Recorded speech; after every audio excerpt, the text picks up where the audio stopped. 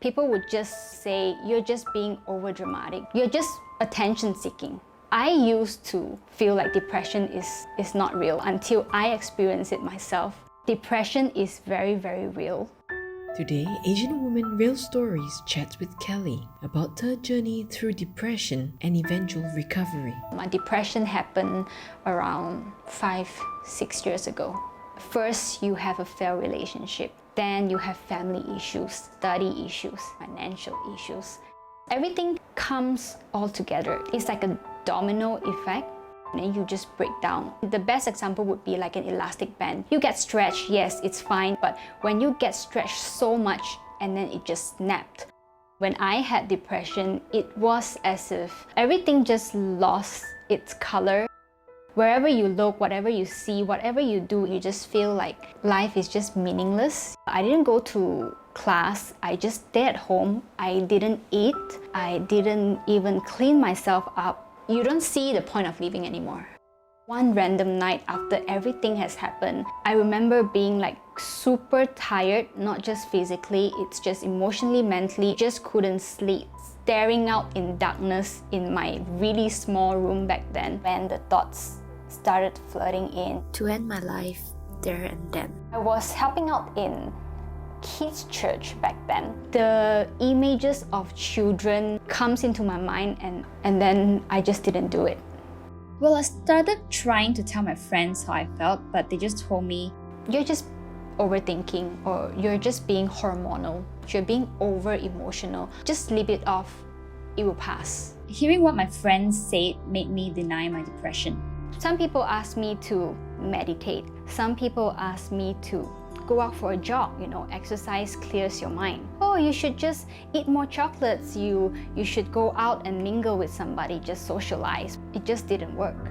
The thoughts of ending my life became increasingly frequent. The thoughts would come every night and also when I wake up. And that's when I realized that I needed to seek help. So I went to see a psychologist. As part of the therapy, she asked me to journal something that I was thankful for each day. When I didn't feel like it, I didn't journal at all. But when I feel a little bit of thought in my mind saying that I need to do this exercise, I need to do it because my therapist says so, I just write 2-3 words and that's it. 3 things that I am grateful for. Those are the 3 things that I have eaten on that day.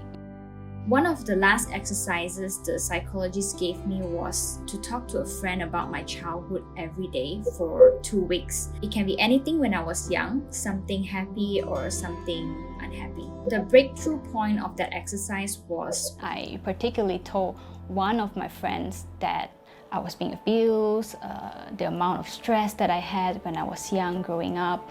I never thought I would be able to do that. It took me around 7 months to get back on my feet and start feeling good about myself again.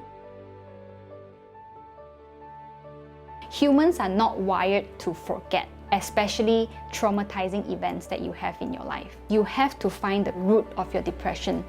As I was growing up, a lot of things happened in my life. I was caned by my mom over many little things.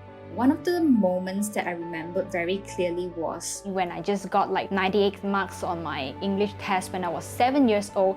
There was a lot of pressure. Then when I was in high school, my parents separated. And as I got into university, I had problems of my own. My first serious relationship failed. Acknowledging is the first step. The fact that you have had been through certain experiences in your life and you accept it as part of you, rather than denying that it even happened. Whatever that happens in the past, once you learn to accept it as part of who you are, it makes you an even stronger person.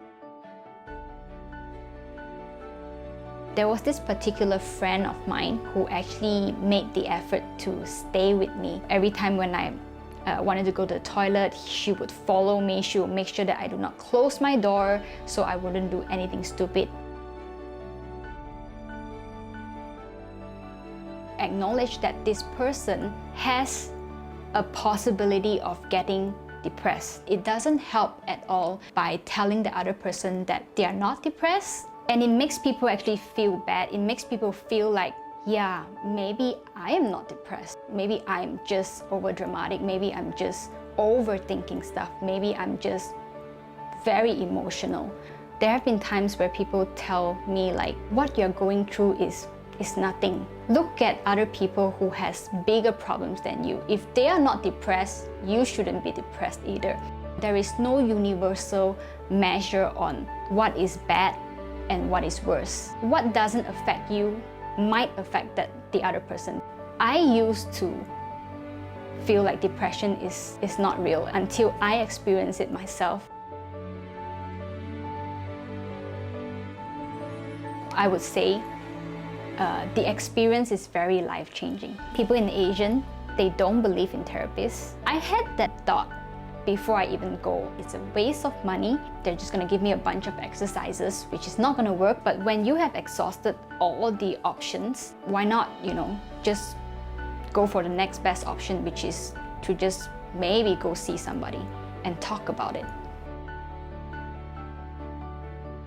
My life is much better. I finally get the sense of acceptance. Yes, this is what happened to me, and I no longer feel sad when I think about it. I take it as a phase of life that some people went through. I keep myself in check every single time when I feel a surge of emotions so that I don't go back to depression. I become more open-minded whenever I face challenges.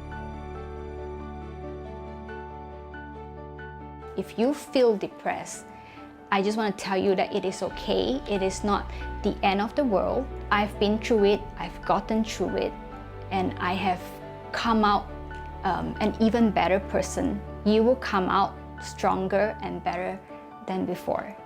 Share this video with someone you know who may find Kelly's story helpful. Hi, my name is Kelly from Malaysia. I am the Asian woman.